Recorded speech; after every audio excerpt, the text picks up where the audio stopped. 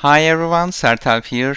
Today I will be talking about how to use optimization for FPL using Python. So in the earlier videos I talked about how to use optimization for FPL using Microsoft Excel. Today and in the rest of this series we will be talking about how to use Python starting from scratch. So we will just consider a basic problem as we did in the earlier videos. We will be talking about goalkeeper selection problem, single period FPL problem, and then finally we will be talking about multi-period FPL problem. So I will start from scratch. I am just assuming that you all have a Python installation on your PC, and I will be talking about what else you need to use optimization. So in this video I am using Windows, but you can use the same stuff on any operating system you want as long as you have a way to run Python. Before I start, there is something I would like to warn Windows users about. If you open your command prompt and then if you type Python, it opens a Microsoft Store page that you can download Python. This is not how I installed. I just entered python.org and installed Python 3.7 to my machine. I learned that there is something called app execution aliases.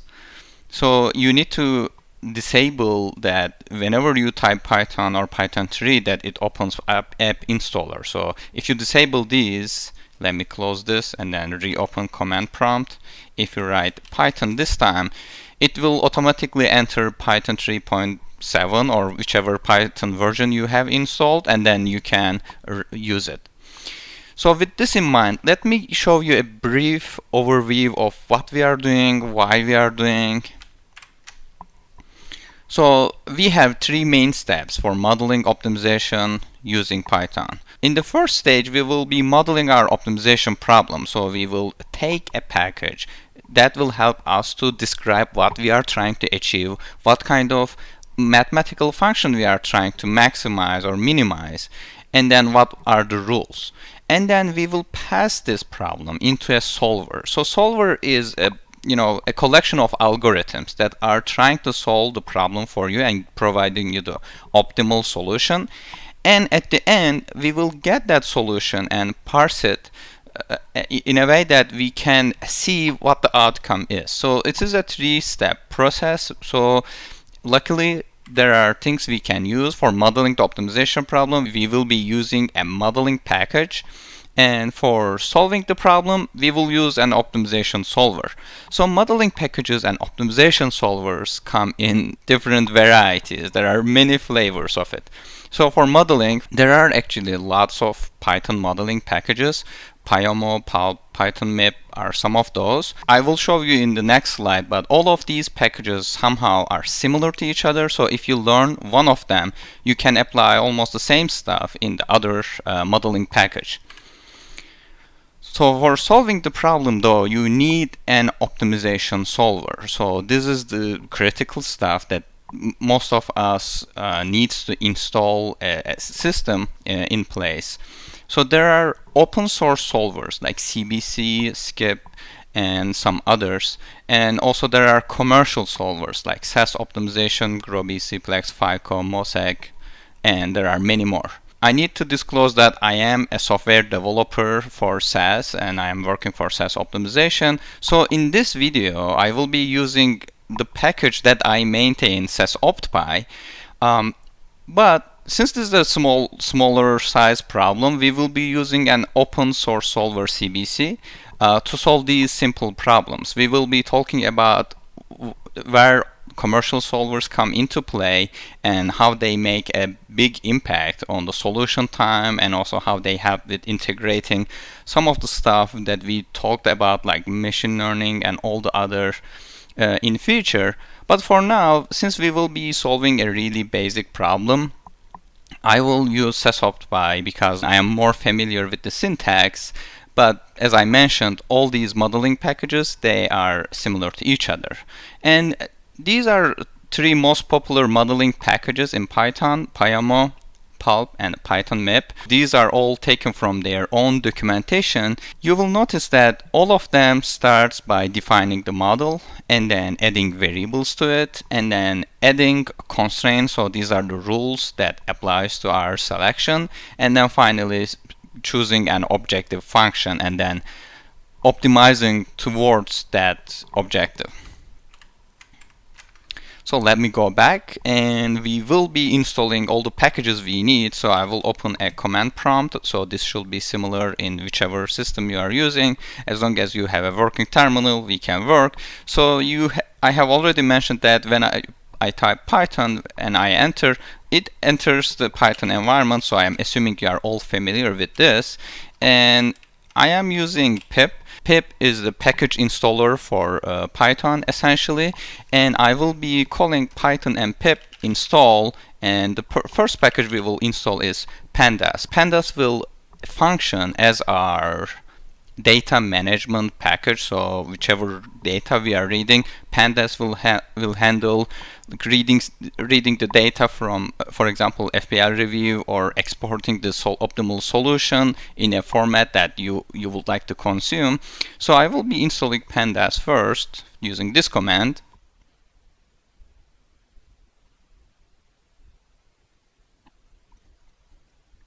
After pandas, I will just enter here, and then I will install sasoptpy. Sasoptpy will help us define the optimization model and call the Cbc Solver eventually.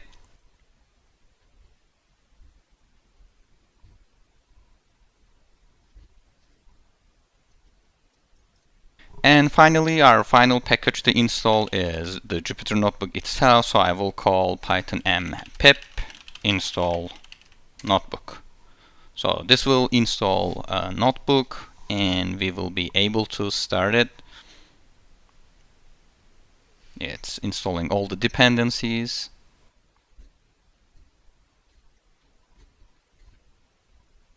Okay, so we are ready, and what I have done is I created a directory on my desktop called FPL Python optimization, and I created two subdirectories. One is called data, the other one is called notebooks, so that everything will be organized. We will be putting input and output data under this directory, and our Jupyter notebooks under notebooks folder.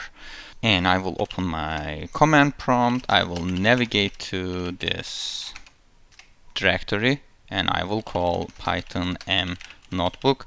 In some versions you can just type Jupyter notebook and it will open the same thing. You will see that it's opening here a page for us. As you see, we are inside FPL Python optimization directory. I can clearly see my data directory and notebooks, so I will enter notebooks, and here I will click new, and I will click Python 3, which will open my development environment. I will just name this at the beginning of my work is, so this is our first tutorial, tutorial 1, goalkeeper problem. Okay, perfect. So the first thing we will do is, let me zoom in a little bit and maybe also just move things a little bit here so it will be easier to see. Okay, here first of all I will import packages we will use. The first package I will use is pandas, so I am just importing pandas as pd and import sasoptpy as so. These are the two packages that we will be using. When I press shift enter, it just processes this cell and then brings me to the next cell here. So I can write any command, any valid Python command here, and it will process it. And so essentially we need to, all we need here is the input data before we start modeling. For this purpose, what I will do is I will go to fplreview.com, and under Team Planner, Massive Data Planner, since we will be using just a single week data, I will use Game Week Projection 1, and then for Team ID it doesn't matter. I will click Submit.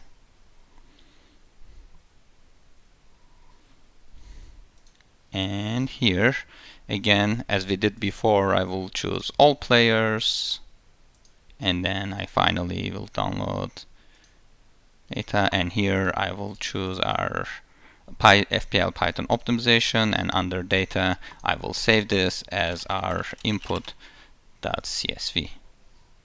Okay, so now it's ready. So what we can do is we can come here and we can actually check if we have the CSV file, and I can see it. So we will be essentially saying that my data frame object will be populated by pandas by reading the CSV file. I need to go one directory up, because remember we are under notebooks folder. Go up under data, find input.csv. Shift enter, and it ran without any problems. So if I write df.head, I should be able to see just a few rows from the top of the file. And so data frame object is already populated. So we have different columns here, different attributes, and all the players listed. As you see, it is listing everyone, but since this is the goalkeeper problem, I will filter those players who are not goalkeepers. So I will say goalkeeper data is essentially data frame, but if only position is equal to letter G, and then I will copy so that I will have a clean copy, and I will also reset index. So reset index will only reassign numbers, index numbers, so we don't need to do this, but I will do it so that we will have a clean data. Here, as you see, now I only have goalkeeper, so goalkeeper data gk underscore data is the object that we will be using. Okay, so now we are ready. We read data from CSV, we filtered it, and we were able to see what the data looks like. Now we are ready to model the problem. So we are starting this process by defining an object called model. So this model object will be type of SO model. So this is sasoptpy model class. So this class will give you a model object which you can add variables. So think this as like the equivalent of OpenSolver, where we were opening the OpenSolver window and defining everything, right? So this is the object that will include every detailed information about our problem. So for model, I need to give a name to this, and I will call this goalkeeper model. And also, since sasoptpy is originally developed to work with SAS optimization solvers, it also accepts some other arguments, but here we are trying to just model the data without any connection to a server, any cloud server. So I will just leave it as this, and when I press Shift Enter, you will see the note saying that our model is initialized. So now we have our model. The next thing we will do is creating an index set. So as you see, I have my goalkeepers here, and the data is indexed using this 0, 1, 2, 3, 4. However, I will be using the index column for the operation. So what I will be doing is I will say goalkeeper data is, so what I will say is gk underscore data set index, and then I will use index, and I will say in place is equal to true, and let's display goalkeeper data again. Now I'm using the index column as my index, so it will be easier for me to parse in future. So here, when starting our modeling, we need to know, we need to be able to distinguish variables from each other. For this purpose, I will be using this index, and I will call this player IDs, or maybe players. So this will be players, and I will get goalkeeper data. I will say get the index and convert it to a list. So now if I print players, you will just see a long list of all the ID numbers of goalkeepers. So this list of player IDs will serve us as indices. So when I'm defining a variable constraint, I will be referring to these player IDs so I can distinguish which constraint or which variable I am talking about. So the next thing I will do is I will create a variable called lineup. So I'll do this by saying model.add variables, and here the first argument you need to pass is your index set. Here I'm passing players as my index set, so this will be a list of all the variables similar to what we have been doing with Excel. So this is an array of variables, and I will call this as lineup. And variable type here is binary, so I call it SO binary. Press enter, and then it ran without any issues. And if you want, you can just use one of these IDs, and then if you type it, if you press shift enter, you will see what kind of variable it is. So lineup 7 object, for example, is lineup 7 again with the same name.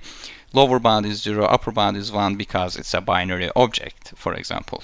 So I will do the same thing for bench. So remember, in the goalkeeper problem, we were trying to choose a lineup goalkeeper and a bench goalkeeper. So I will call this add variables, players, name is equal to bench, var type is equal to binary.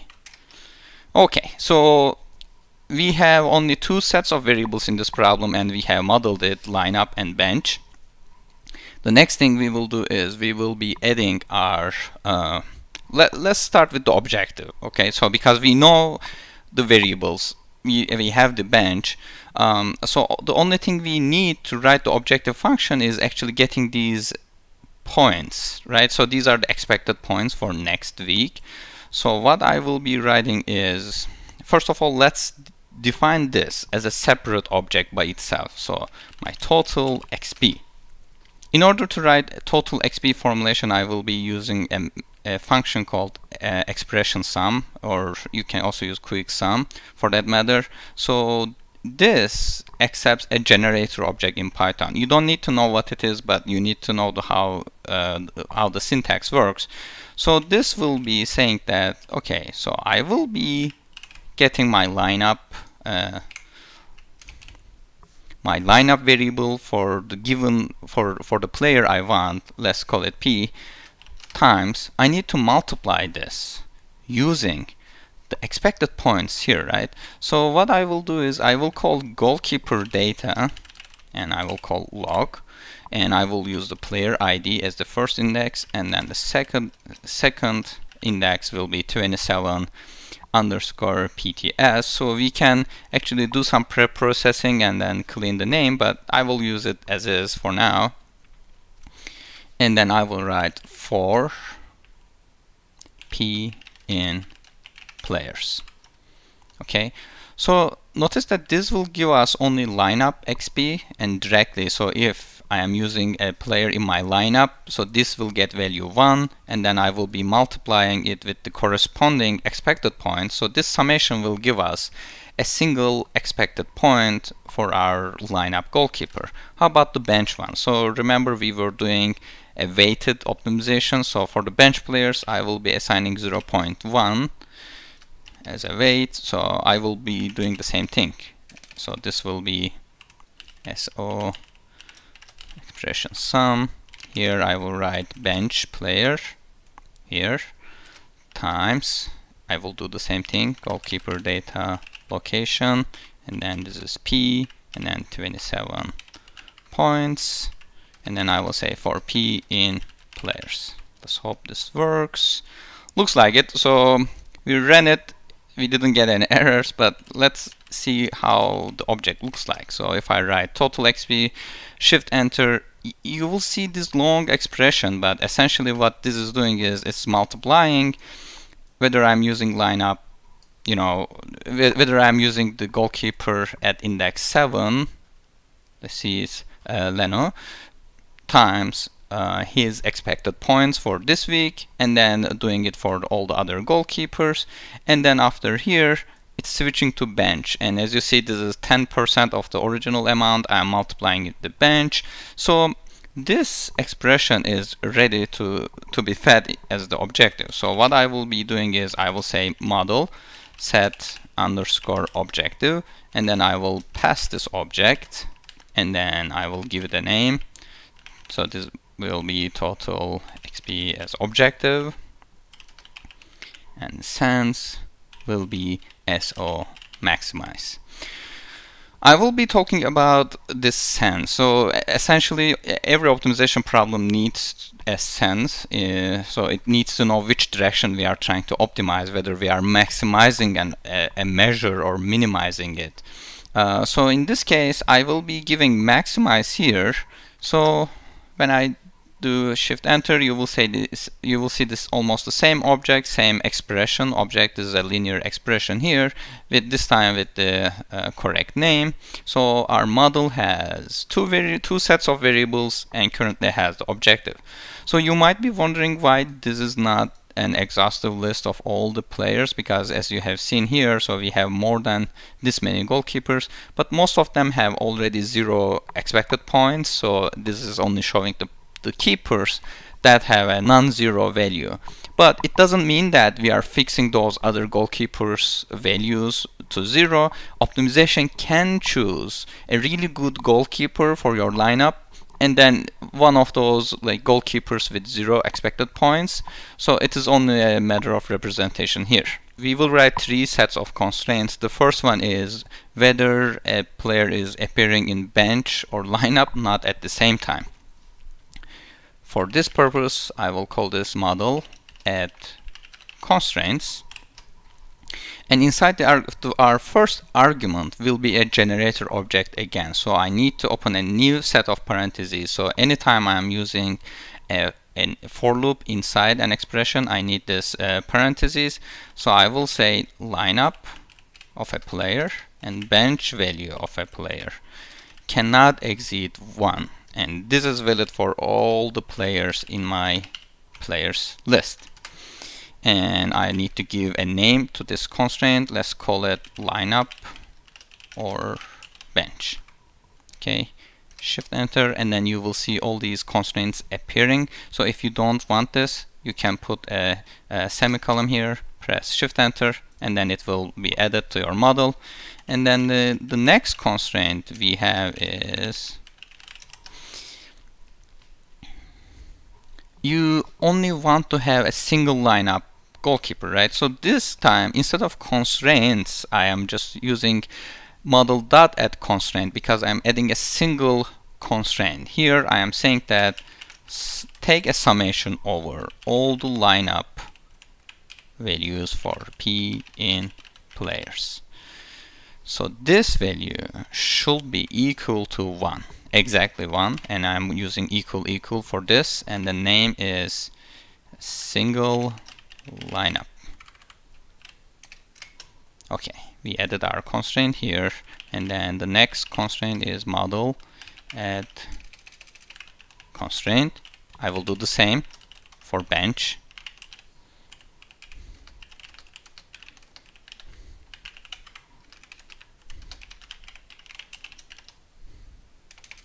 So this should be single bench.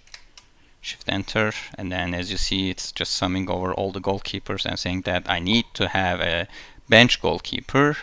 And finally, actually, so this is what I need to define the problem, right? So I'm saying that lineup or bench. These are binary variables. I need to choose a single lineup, a single bench goalkeeper, and the same goalkeeper cannot play for lineup and bench at the same time. So the only constraint on top of this is your budget. So I will define budget here. So I will say maybe 9.2 is your budget, okay? And then I will say model add constraint. Again, this will be a single constraint because I will be summing over all lineup and bench goalkeepers and then multiplying them with the corresponding by value column here. So what I will say is get the expression sum of lineup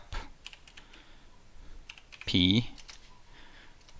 Actually here doesn't matter if I'm using it whether for lineup or bench. I will take the summation of these two, multiply it with goalkeeper data.log p, and then I will be using bv by value column here. And then as you see, so I'm summing lineup and bench, multiplying it with the by value. So the only thing here inside this parenthesis I need is for p in players. So this will take the summation of all the combinations, all goalkeeper combinations. So this should be less than or equal to my budget. And then I will give a name to this constraint. I will just call it budget con. And here you go. So it is a long constraint, but essentially it's multiplying. Like for example, for the first goalkeeper, Leno is multiplying the by value 5 times lineup or 5 times bench, and then it's doing the same thing for all the keepers and saying that this summation should be less than or equal to 9.2. And I think we are ready for the problem. So now we need to be able to give this formulation to a solver. In our case, we would like to give this to CBC. So, but currently we don't have CBC in our system, right? So for this purpose, I will be downloading CBC, but before we just move forward, I will be using a function called, a method called export MPS, and I will say fetch true so that we can get the result, and I will just print this value. If I do it, you will see that I am getting the formulation actually represented in a structure called MPS. So this is a file format. So as you see, when I run this method, I am getting a long string including every variable, constraint, and objective we have in the problem. So we need to feed this actually into the optimization solver. So this is what we will try to do. We will download Cbc Solver first, and then we will call our system methods, pass this formulation to Cbc, and then at the end we will just come here and parse the problem.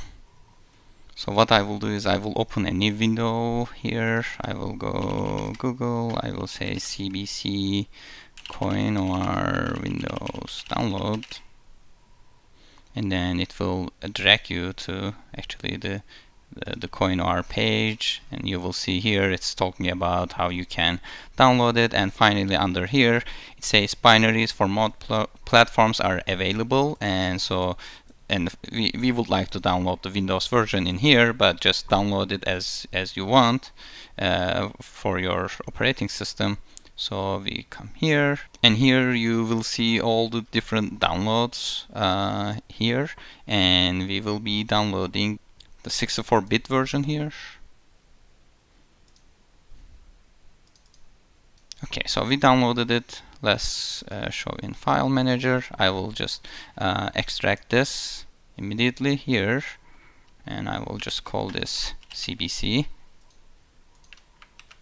Just move this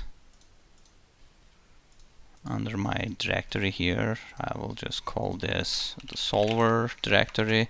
I will just copy and paste it under CBC. If you go to like binary folder, you will see CBC here. So we would like this folder to be under our environment path. So here I will go to system environment variables. I will click environment variables, find path, and add this directory to your environment path, so that once you type CBC, you will be able to see it. Let me open a new command prompt, and when I say CBC, as you see, I can already see the solver.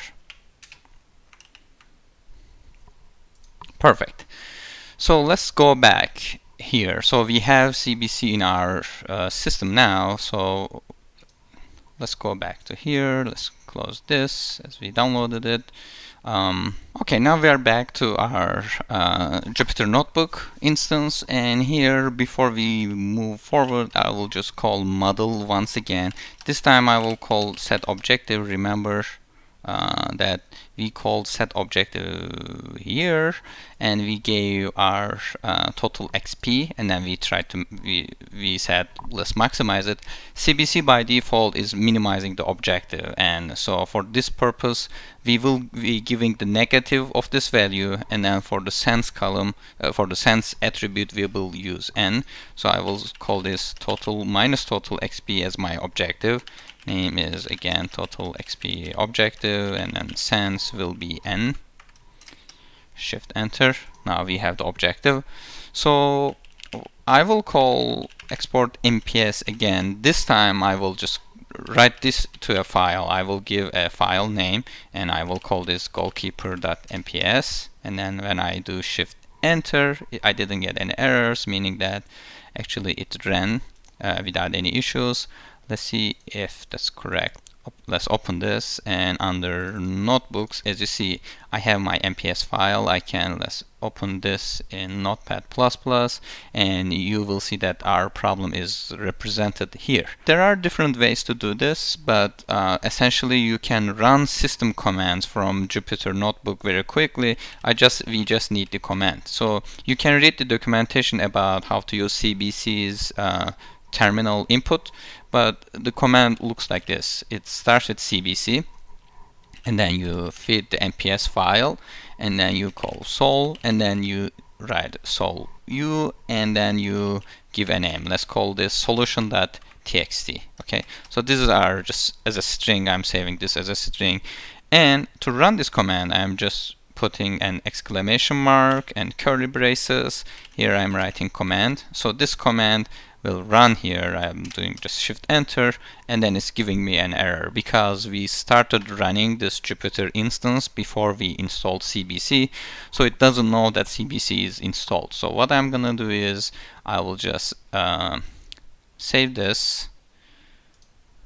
I will close, and then let's come here, and here let's close this by using Ctrl+C, command prompt.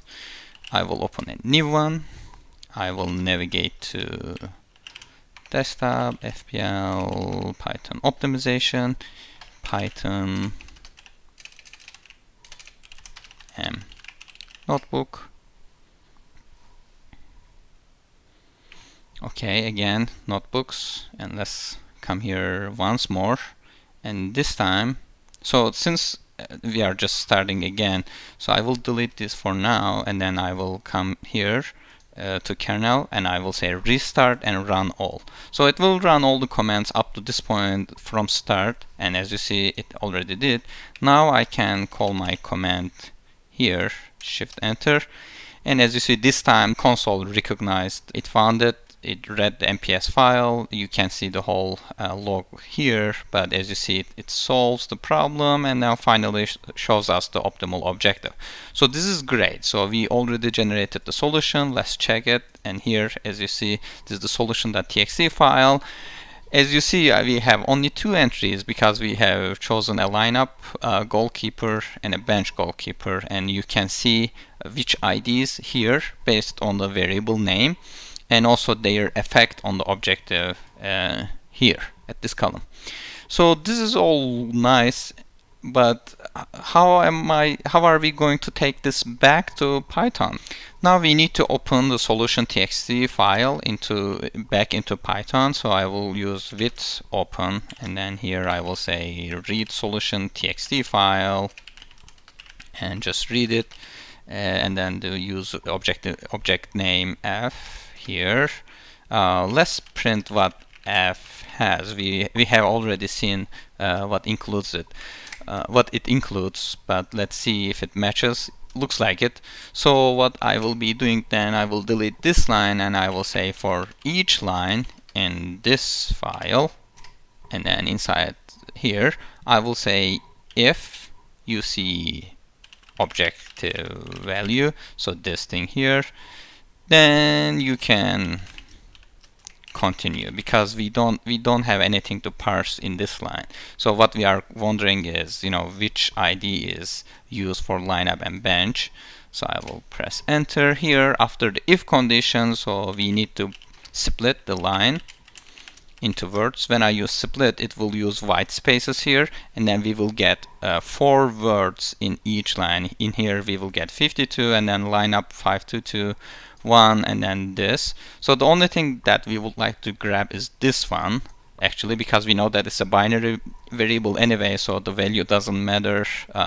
If it appears in the solution txt, we know that its value should be 1 or non-zero for that matter. So I will try to find which variable this is, and I will be using get variable, where you can pass a name. So this could be any string, and here I'm using words1, which is referring to this. And then after I get that one, I will say find this variable, set its value to words2. So I will grab this, I will convert it to a float value, so we can I'm writing it this way so that we can use this for other purposes too. Before we do this though, so if you are solving this problem multiple times somehow, then since I am only setting values for these variables, if there's already a variable whose value is equal to 1, then it will only change those who appear in this list. So we need to clear the ones that is already non-zero. So I will say for v in model get variables, here I will say v set value 0. So before reading the file, then I'm just setting everything equal to 0, and then I'm reading this file, I'm finding all the variable names here, and then corresponding values I'm assigning their value. So let's press enter here and shift enter. It ran without any issues. So let's see, so let's call this for p in players. If player, sorry, this should be lineup, get value is greater than 0.5, meaning that it is 1. Just a different way of saying the same thing. So let's print what the ID is, and then maybe let's actually find which player it is, and then display everything we know about that player. Enter, enter, shift enter. As you see, it just ran over all these values, found the one that has a non-zero value, and Forster is our lineup goalkeeper here. So I will just copy the same thing here again. This time I will be looking for bench players, and as you see, Leno is selected as our bench player. We have already seen it in the file, and maybe we can just to make it a little bit nicer, we can put a lineup and then bench prints here, shift enter. Again, now we are seeing lineup and then that bench goalkeeper. That's actually pretty much it. So we solved the problem. As you see, we can see the final value here. So only thing we can do now is just cleaning everything, putting everything inside a function, so the purpose of doing this, so that you remember we hard-coded our budget, but what if we would like to change the budget and solve this problem many times? That's why I will just save this, and then I will come here, I will create a new file. This time let's call this tutorial1 goalkeeper problem with method. Okay, so again we will do the same thing, import pandas as pd, import sasoptpy as so. Okay, and let's come here, just grab this. Actually, I can put all these steps here. So now I'm just getting the data, I'm cleaning it. We don't need to print it anymore. I think these are only two things that I need. Oh, I also need to set index, right?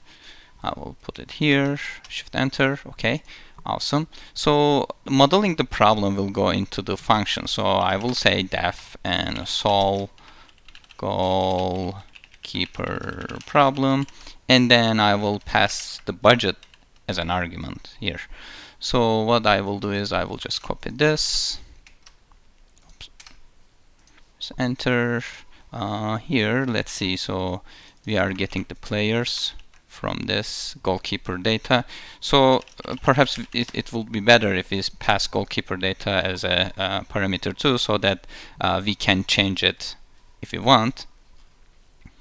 And then my lineup, let's call this variables lineup, and my bench variables, and then my objective, let's call it here. So this is how we generate the objective. So as you see, so this hard-coded 27 values will be a problem, but it is you can easily change it by renaming the column in pandas. I will just leave it as is. We don't need to print the objective, and instead of this set objective, remember we used this one so that it could work without any issues. So I will add my constraints here. We are getting closer ending this. Single lineup, single bench is coming, and our budget constraints, so you can also delete these. Now we don't need them. Here, as you see, I'm already using budget here, but this budget will be a function argument, so we will be able to change it. Finally, I think we are ready for this call, so I will put this here. Let's call this as solve step. So this is the command we want, and we would like to run this. And after the command, we would like to parse all the values. And here I will just add press tab so that they are aligned correctly. And then at the end, I would like to print these values. And then again, I will choose this, press tab. We put our print, so this function is ready to be run, but looks like I'm missing something because I'm not exporting problem into MPS anywhere. So I need to call model.export MPS. So let me do it. Export MPS, and then file name will be goalkeeper.mps, and then I'm calling the command. Everything looks correct. So let's call solve goalkeeper problem, and then I'm passing goalkeeper data, and then a budget. Let's start with the budget we have used here. So the value we used here was 9.2. Yes, it was 9.2. Let's use it, and then you will see that we get the same solution. So, and as you notice that we are having all these logs here. So instead, if you don't want this, what you can do is you can import a package called OS. So this will be your operating system. So just add this, press Control Enter so that this is imported too. And here, instead of running this way, what you can do, I will comment this out so you will see it still in the final version. I will call os.system, and then I will call the same command. So the only difference is this will run the command in the background. You won't see any logs on the Python side if you don't care about the log at all. And then this will return a numerical value whether the process is completed without any issues or not. I will just press Shift Enter and then Control Enter. And if you do it this way, as you see, only these two will get printed. I mean, it's up to you. And what we can do is we can choose a smaller value because the summation of by values of these two is 9. Let's make it 8.7 and rerun the problem. And then, as you see, my lineup goalkeeper is the same, but the bench goalkeeper is different. Let's make it 8.3. So now it's even a different goalkeeper. And let's assume that we have lots of money. So the best two goalkeeper for the week is actually different. So in this case, like if I have quite a bit of money, in this case 10.1 is the total amount I'm spending. Forster becomes my bench goalkeeper. So from here let's make it 9.9 so that this solution is no longer feasible Control Enter gives me Forster and Loris as my bench goalkeeper. So this is done, so I will just delete this cell, and as you see, so this is very compact. So what we have done here is we read the input data, we filtered goalkeeper, we set the indices, and then I'm defining a method that includes everything. I'm defining model, getting my index set, and then defining variables using these index set players, and then I'm saying these variables are binary variables, and then I'm defining an objective, and just to make it work with CBC, I'm saying that my sense is equal to n with a negative total XP. Constraints are, as you have been familiar from the previous ones, lineup or bench, so a goalkeeper cannot appear in lineup and bench at the same time. You need to have exactly one lineup goalkeeper, exactly one bench goalkeeper, and this one is for budget. So I'm summing up lineup plus bench, multiplying it with the by value. So this summation, I'm saying, cannot be greater, it should be less than or equal to budget, and budget here is a function argument. And here I am exporting this model into an MPS file and then calling to solve the problem. Here either you can use the Jupyter Notebook's default way of calling system commands if you would like to see the log. Otherwise you can use os.system, so that you won't see any log at all, and you will get a numeric value whether the process is completed successfully or not. And here, after this solve, as you see, solution txt will be generated, and I'm reading it. First of all, I'm setting all the variables to 0, and then I'm reading all the lines inside the solution file, and if they are containing the variable value I want, I am finding the variable inside model, I'm setting its value, whatever solution txt shows me. Finally, here I am getting my, I'm just iterating over all the players. If the lineup value is greater than 0, or I can write this as equal to 1, then I'm printing which goalkeeper it is. And then I'm doing the same with the bench, so I'm able to see which ID the problem or the solver has selected. So that's all actually. So as you see, this is a very compact file, and we have been able to solve this problem without too much trouble. And if you are wondering, you can also import time, and then here what I will do is I will insert a cell above, and I will say t0 is time.time.